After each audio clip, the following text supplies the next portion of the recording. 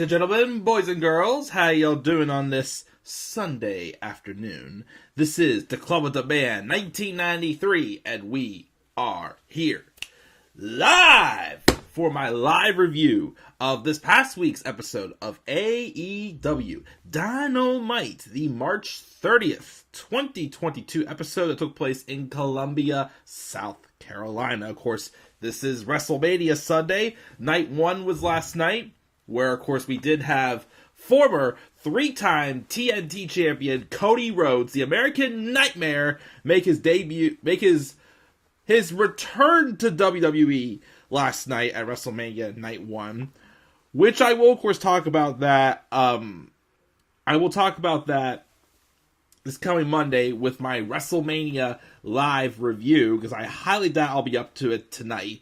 I have to get up for work tomorrow morning.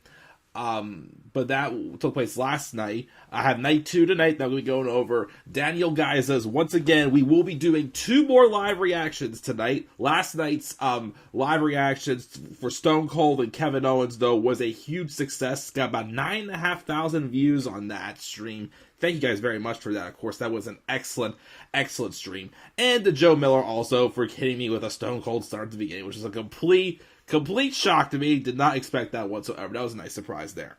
But of course, that's going to happen Monday.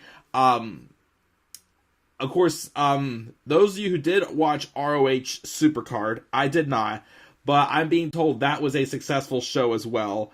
We did have a heel turn happen there from somebody who wrestled on this show. We also had a big debut to end the show, which of course I was going to talk about here, but I'm going to save it and talk about it for my Dynamite review this week, because he's going to be at Dynamite this week, and I will save all that there. But I did hear ROH Supercard was a huge success. I keep getting told I got to check out FTR versus the Briscoes. I keep being told I get to check that match out, so maybe I will. We'll have to wait and see. But, yeah, overall, sounds like, so far, it's been a very, very fun weekend to be a wrestling fan. Of course, I have been caught up on Dynamite since Thursday night, but I had some issues trying to watch Dynamite on my TV downstairs, but I was able to pull it up on demand on my laptop up here. But by the time I finished that, it was like a little after 11 o'clock. I was tired, and I had to get packing because I was spending the night at my girlfriend's Friday night. So I'm reviewing it now in between here, and I'm, of course, doing other videos. I'm going to try to pre-record before I go over to Dan's tonight. But hopefully by the end of tonight, there at least will be some more content uploaded to my channel tonight. Seinfeld reviews, a couple baseball news, and also, of course, a fantasy predictions video that I'll, of course, be recording before WrestleMania tonight. I should be. But, of course, it will depend on what the outcome is with the AJ Styles and Edge matchup. But that's all come later on. So, let's roll. Let's talk about it. Let's talk about AEW Dynamite for this week, which is another good show. I did enjoy it. Of course, the biggest hype, though, for this show was definitely the surprise signee who is going to be the newest member of the AEW Women's Division. She's going to be taking on the Bunny in a qualifying match as to who will fight in the Owen Hart Cup Women's Tournament this coming year as well. Who is that? We'll talk about that in a little bit. But let's get rolling, and let's talk about Dynamite. Let's first check the live chat, and we have Tyler in the live chat, gave this show a D. Okay? That's all I have in the live chat so far, which is fine. But let's roll in and talk about the show. We opened up with another CM Punk opener. He took on Max Caster of the Acclaimed, and I believe he did make some type of like a Will Smith and Chris Rock reference in there beforehand. As you know, the Acclaimed tend to do so to get some good heat, which is slowly making them, a little more popular of a tag team. Definitely more credible in the tag team division, because they do stuff like that. Match was solid. Punk definitely gave Caster, a little bit more than he probably should have. Still a good match, though. Punk does get the victory, winning with getting getting a caster to tap out to the Anaconda Vice. Afterwards, though, he's being interviewed, and he made like the little belt gesture. And Tony Schiavone says, what was that all about? And then Pug basically tests the crowd to make sure they know what that means.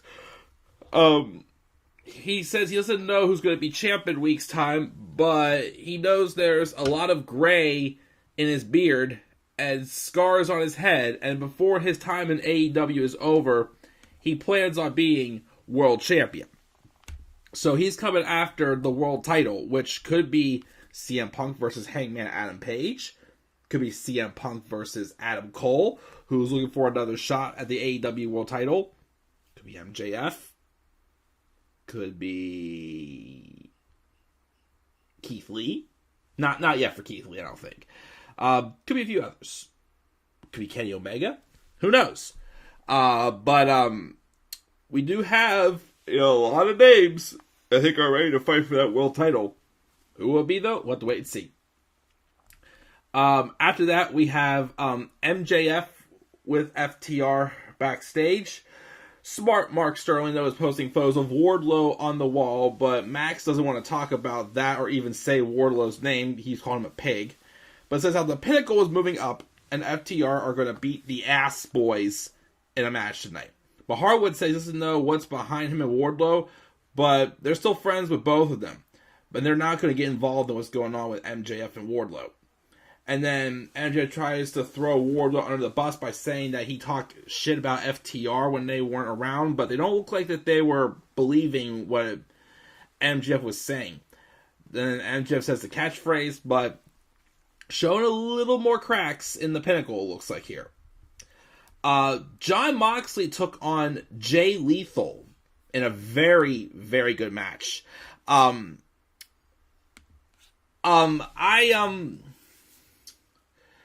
I do see a lot of people talking about Jay Lethal. Well, not because of his heel turn at ROH Supercard this past week.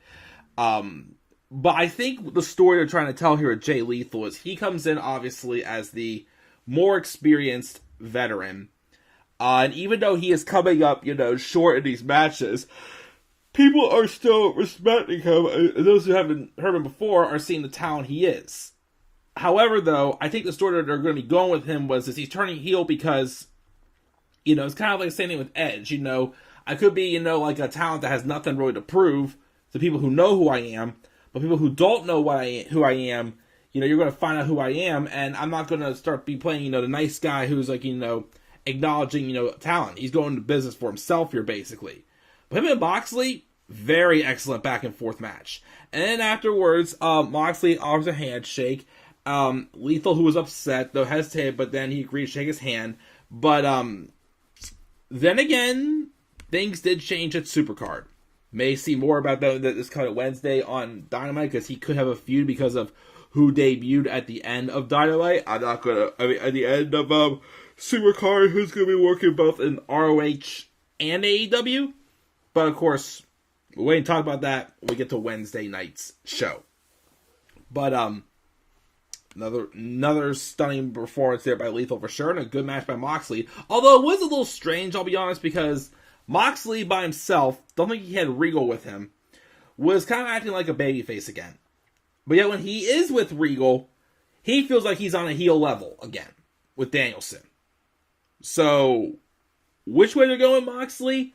I'm not sure, but still props that this was still a pretty strong match between the two of them. We have a hype reel video for Marina Shafir, which I think she's supposed to be fighting Jade Cargill soon, I think I read. Not sure if that's going to be the case or not, but we'll see. Again, Marina Shafir, her and Jessamine Duke were just two people, the second half of the four horsewomen of the UFC that just did not work out at all in NXT at all. Again, they were dreadful, unfortunately. So I don't know where Jessamine Duke went, but we'll see what Marina Shafir does. Not sure, of course, if that means that maybe at some point, I'm not sure when Roderick Strong's contract expires, maybe Roderick Strong will come to AEW to be able to be with his wife. I don't know. We'll see. Because I thought I read somewhere that Roddy actually recently is or did have a match with NXT UK champion Ilya Dragunov, which I'm sure was a pretty good match. I didn't get to watch it, but don't plan on watching it. But we'll see what happens there. But yeah, we'll see what Marina Shafir does. Maybe she's improved since her days in NXT. Who knows? We have FTR's Cash Wheeler and Dax Harwood, the AAA tag team champions, taking on the Ass Boys, Austin and Colton Gunn, with MJF on commentary.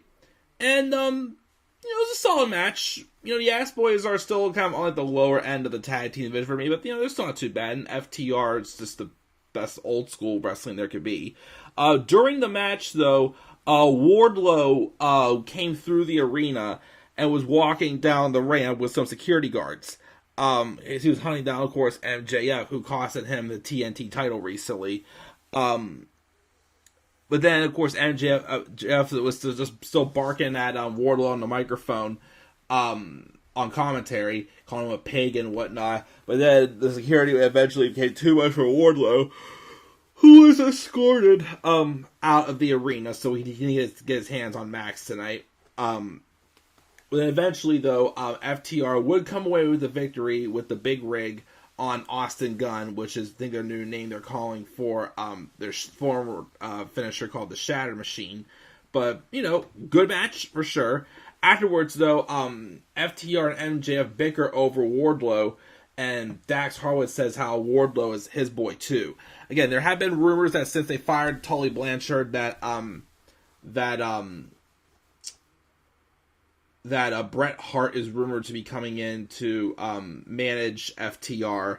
And it looks like that they are teasing a face turn for FTR as well, which also kind of led to they had like a little bit of like a run-in with the Young Bucks later on. I think they're having like a title versus title match or something like that on Dynamite this week. I'll have to read again to see what exactly it is. But anyways, we have a segment with Keith Lee and Powerhouse Hobbs back and forth for their match on Rampage this week, which I did not get to watch yet, but I might pull it up to watch it later. Maybe, I'm not sure. We also have the Jericho Appreciation Society having another promo. Who Jericho says how the revolutionary force in sports entertainment for the past 3 weeks have everybody talking about him and wanting to be part of the Jericho Appreciation Society, but there's only 5 of them. And if you want to join, GFY, which was saying go F yourself. Danny Garcia talks about the future endeavoring of the Beaver Boys and taking Ortiz, Santana, Eddie Kingston out. Angelo Parker encourages Matt Menard to take a peek, but he finds no one behind the curtain. But then Jake Hager opens the curtain, and out came Santana and Ortiz and Eddie Kingston. And it's like kind of like a 5-on-3 brawl, pretty much. They go all over the place. They even go out to ringside as well. And then it seemed like for a while that Eddie Kingston and Santana and Ortiz were going to get the upper hand, though, until the JAS that eventually got the numbers to overwhelm them, turned the tables, and they put Eddie Kingston in a sharpshooter. They even tear Eddie's shirt, and Jericho whips him with his belt. So I guess we're starting to tease. Again, I don't know. Again, it still feels like, well, they did have like an 8-man tag match with the Hardys, Sting and Darby versus Butcher and the Blade at the private party from Andrade Family Office. So I don't know if they still are going to continue. Like I said, one's probably going to get the Blood and Guts match. The other one's probably going to get the Stadium Stampede. We'll see if they do it, but I still feel like this feud is going to be definitely either be Blood and Guts or Stadium Stampede. The question is, though, who's going to join Eddie Kingston, Santana, and Ortiz? We'll have to wait and see. We also have Jade Cargill backstage, and just where she talks about Marina Shafir, saying how that she'll fight her and she's going to take care of her baddie section while she sets it up. So this that Marina Shafir is going to be just a little walk in the dark for her. We also had another really good match. This time it was Bryan Danielson and Wheeler Yuta, who for a while was kind of like a jobber for best friends, but Bryan Danielson looked like $1 million in this match. He gave away the win eventually. Danielson wins with the label lock on him, but man, did Wheeler Yuta look good. He's really been catching some eyes the past couple weeks, ever since he had like that slap segment with William Regal, and I believe he won like a mid card title. I think it was at ROH Supercard this couple days ago, but good for him. Like if he's definitely starting to make the impression and whatnot. But Danielson gets the win. We also have a video package hype for the main event of Darby Allin and Andrade El Idolo. And then we have the undisputed elite Red Dragon and Adam Cole coming out. And apparently they didn't miss this, but apparently they stole Hangman's world title and Jurassic Express's tag titles. But they came out with those belts. They opened a crate marked party supplies and let a few balloons out. Cole informs us that Jurassic Express and Hangman aren't here tonight because they're embarrassed at how easily they took the belts from them.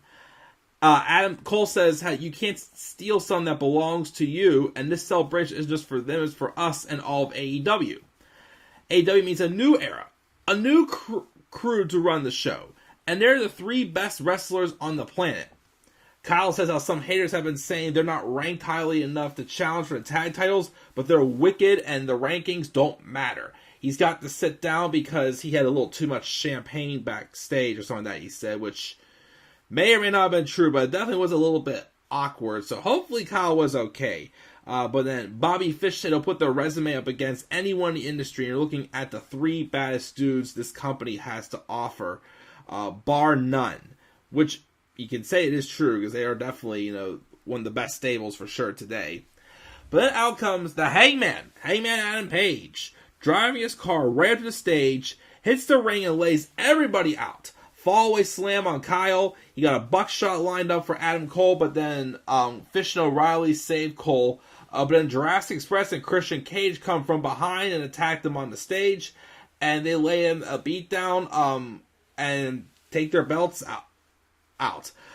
Buckshot duck, but Page body drops Adam Cole to the floor, so the champions stand tall with their title belts. They get the back. So when this rematch is going to happen, I don't know. Maybe this rematch is going to be on Blood and Guts. Not sure, but we'll find the next couple coming weeks. I have heard rumors though that there is a possible another Battle of the Belts show could be coming up as well. So maybe they'll defend it there. Who knows? But we'll see.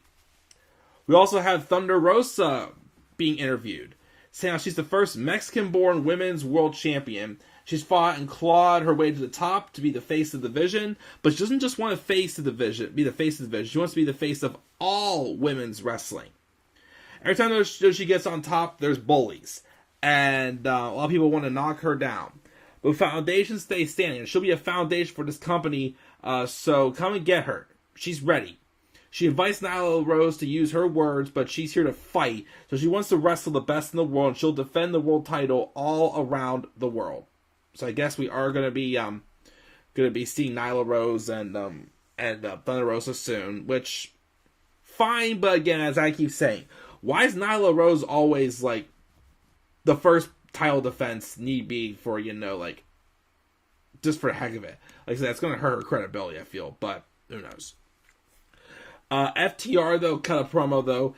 The Ass Boys say they take things too seriously, and maybe they do, but they're making history with the AAA tag titles. They're going to win the ROH titles on Friday, and then they're going to get the AEW tag titles back. Dax loves pro wrestling too much to ever take second place, so he's issuing a challenge to the Young Bucks to another match to determine the greatest tag team of all time, which I think because I believe FTR did win the ROH tag titles on Friday night.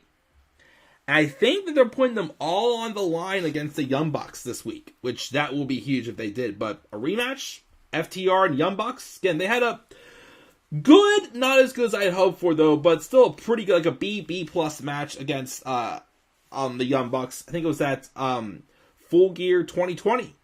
So this is the rematch we got the first time we got them in like a year and a half. But it's looking more and more like though that they're going to be turning FTR face, which find me something different. And then we get the moment of the night we've been waiting for. We have the Bunny coming out for her match to see who will qualify for the Owen Hart Women's Cup tournament. So we're waiting for the mystery opponent. I mentioned 3 people. I thought it could be Athena, Ember Moon, Toni Storm, or Taya Valkyrie. In that order. Those were my 3 picks. Maybe throw out Deonna Purrazzo as well, because I want to see Deonna Purrazzo get a match in AEW. She could. She did, apparently, I think she will be challenging Mercedes Martinez for the ROH women's title, I think it is. Maybe. So maybe we will see Deonna appear in AEW sometime soon. I would love that. I would really love to see Deonna wrestle in AEW. I guess, though, one of my number 1 answer was not correct.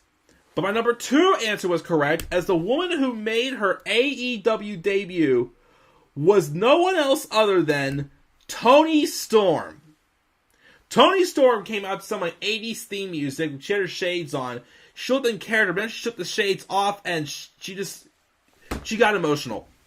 She was thanking the crowd. She was over. The crowd went nuts for her. Like, good for Toni. And I even tweeted. I didn't get to watch all Dynamite on Wednesday night. I only got to watch the last 20 minutes. I watched Survivor. But I did, of course, see on Twitter that Toni Storm was the one who faced the Bunny.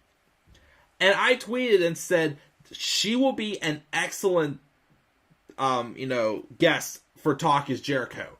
What do you say, Chris Jericho? And I put tagged Chris Jericho's Twitter in the post. Chris Jericho instantly liked the tweet, which I thought was pretty darn cool. So hopefully he does plan on having Toni Storm, because I think Toni Storm is someone who she's connecting with the crowd so many aspects. Not just wrestling, but personally. Yes, probably because a lot of people think she's hot. She is pretty, she's got good sex appeal. I say this respectfully. Toni Storm is someone who can appeal through sex appeal. She does have her OnlyFans page, apparently, which she's making a lot of money off of it. I'm not really someone who looks at that, because, I'm very, respectful of, my partners and whoever I am with. Right now, I'm in a pretty, solid relationship right now with my girlfriend, Ashley. So, I don't go off on that. But Toni Storm is somebody that I think is just connecting with the audience so well on so many avenues. I know a few years ago, she did have that thing where she did have, nudes, I think it was, leaked on the internet of her, and she was embarrassed about it and took it down. But now it's screw it. If showing my body is part of entertainment, basically, she's completely cool with it, and the crowd respects her for it. The crowd respects her because she's very genuine. She's in different avenues, whether it's wrestling or OnlyFans, or the fact she walked out of the WWE on her own terms, basically paid for a flight with her own money, flew home and said, "I'm done." WWE just, didn't BS her. They just let her go. I feel like that's someone that's going to connect easy with the audience, because she knows what she's worth. She's only 26 years old, and she's barely scratched the surface. Yes, she won the women's, the second Mae Young Classic. She won the NXT UK women's title. I'm very surprised she didn't win the NXT women's title. Brought up to the main roster around SummerSlam. They did nothing with her, and then she feuded over Charlotte Flair over pies. Pies! And then she walked out. She's like, "I ain't doing this. I'm done." So, I just feel like she could easily, at only 26 years old, I think she could be the next big star. Because like I said, she's got all the avenues. She can wrestle. She's got the sex appeal. She has the personality. She has a lot more tools to connect the audience. And honestly, again, I feel like, I was for them giving her a shot as a heel when she turned heel when she came to NXT after the pandemic. But honestly, I think she's connected the audience so well, you gotta keep her a face.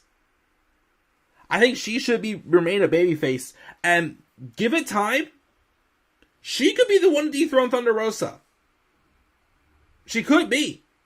I mean, I don't know, if, she will be or not, but I think not yet, maybe, end of the year, early next year, I think she is a candidate for me that I can see dethroning Thunder Rosa. I mean, if you want to give her the TBS title, fine. But I think she's someone that she doesn't need the TBS title. She very well, actually, let's put it this way. She very well could also win the Owen Hart Women's Tournament. I think she has a very good shot to do so with it. But I think this is an excellent, excellent pickup for that women's division. And eventually we are going to get Athena. I heard, though, apparently Athena has already, taken some other bookings, so she is a little more busier with that right now, so we may have to wait a little bit for Athena. And Taya Valkyrie, I know, was doing stuff in, AAA, I think, or something like that also, so it could be a little bit before she gets here, but they're going to be here eventually. They will be here soon. Like I said, a year ago, before Britt Baker won the title, and that's another match I want to see too. Toni Storm and Britt Baker. She's not really the Braun Breaker. Britt Baker and Toni Storm. That will be an excellent match when it comes. And I think the title definitely needs to be involved in that feud. So we'll have to wait and see, but I'm definitely happy for Toni Storm again. She had an amazing debut. I mean, yes, the match was a little bit long with her and the bunny, but Toni still looked great. She was over. The crowd popped for her like crazy. She's really going to be a big star, not just in AEW, but in the entire women's wrestling industry for quite a long time. And I'm happy she's here in AEW. Nyla Rose has a promo where she mentioned how she's the foundation, the cornerstone since day one, and she'll be Thunder Rosa's genie and grant her wish to jack her up, and says abracadabra bitch or whatnot. We also get a replay of Jeff Hardy's balcony dive, and we're going to get a tables match next week with the Hardy Boys and the Butcher and the Blade.